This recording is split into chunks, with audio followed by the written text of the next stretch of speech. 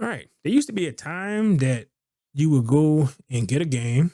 You would take it from whatever means that it was put on. You would put it into whatever device you would use to play it on, and it would work for pretty much. This was like I've been playing games for a minute. So this for Atari, this was good for ColecoVision and television, Nintendo, Sega, everything, PCs. Bought the game, put the game in, worked. You played the game, you enjoyed it. If you really enjoyed it, you played it again. If not, it sat on your shelf or whatever. And lately, what people have been noticing in the last like 20, almost 20 years now, that's not how games are. So there was an article that came out a few days ago on Gamer Ranks, and I thought I'd check it out. A former Bethesda dev explains something that everybody kind of knows. All right, so let's get into this.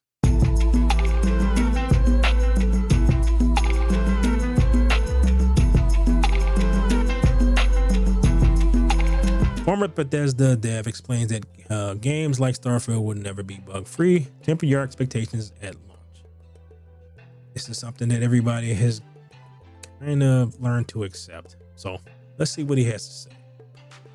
Plenty of games get hyped up with fans eagerly counting down the days for their release, only for disappointment to hit. We've seen quite a few games released with bugs that made the gameplay experience more or less unplayable. Insert Cyberpunk 2077. However, some games seem to get by even with those bugs present. That is due to the amount of content it provides. And it's also a reason why some studios may let some bugs slide at launch. But I think that has more to do with finances, I think, than that. But I don't know, maybe it's a mixture of those two. But there's one of these studios that seemingly lets bugs remain in some games rather than avoid the endlessly delaying the game. They have bugs in games that are 20 years old. So that seems to be a thing that everyone just kind of accepts with a Bethesda game.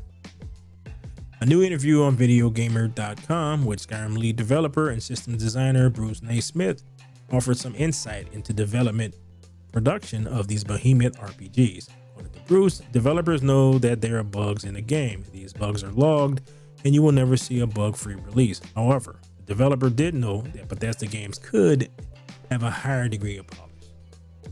Games are so large, so complex, particularly Bethesda games, because you have so many working elements that are trying to interact with one another, that to have a bug-free release is impossible. There are no games on the market that is bug-free. I will be the first person to admit or to say that Bethesda games could have a higher degree of polish. They have benefited, and when I was there, I benefited from providing such wide and vast array of gameplay that a certain amount of lack of polish could be forgiven. Having an NPC run in place in front of a wall for a little while became acceptable because of the 17 things that you could do with an NPC. Whereas most games, you'd be able to do just 2.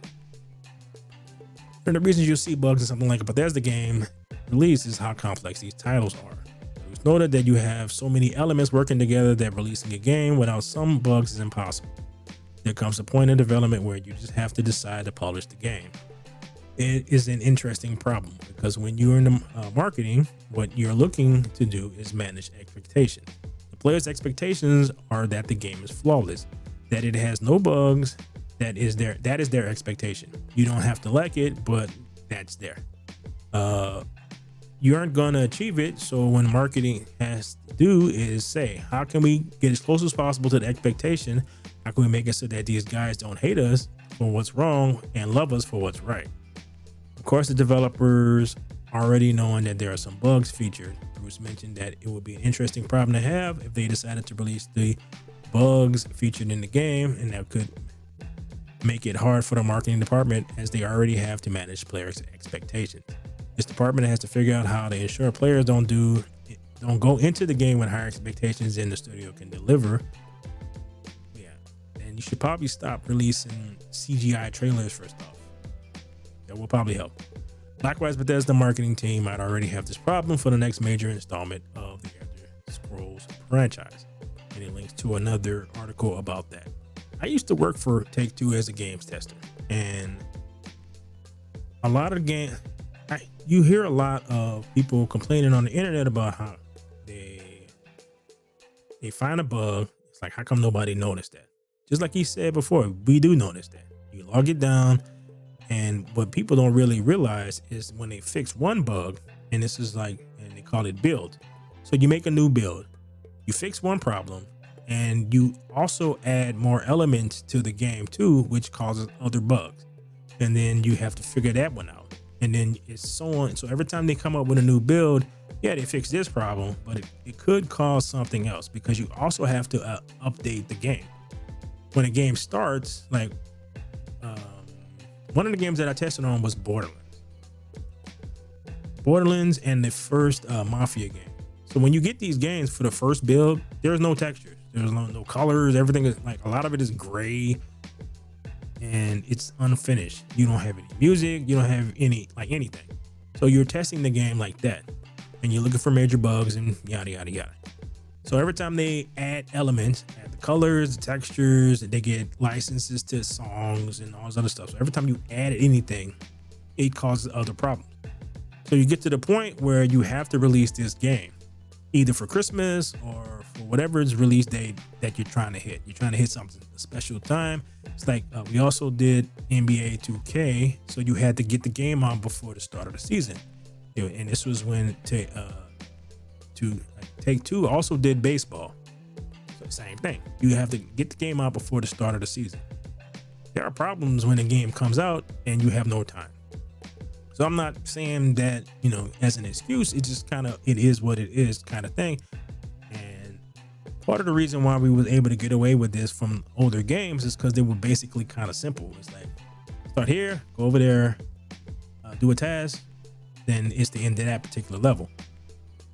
These games are so super complicated because there's 15 million ways for you to do something, and they gotta account for all of that. So it causes problems. Nah, I wish they would just do like Nintendo does, and Nintendo just releases the game when it's done. If they if Mario doesn't come out for the Christmas season, it doesn't come out for the Christmas season. But when you play it, you don't notice any issues. So I wish more gaming companies could have the amount of, cojones, I guess, for Nintendo, like Nintendo, but it is what it is. And it's something we just kind of got used to. It sucks, but like I said, it is what it is.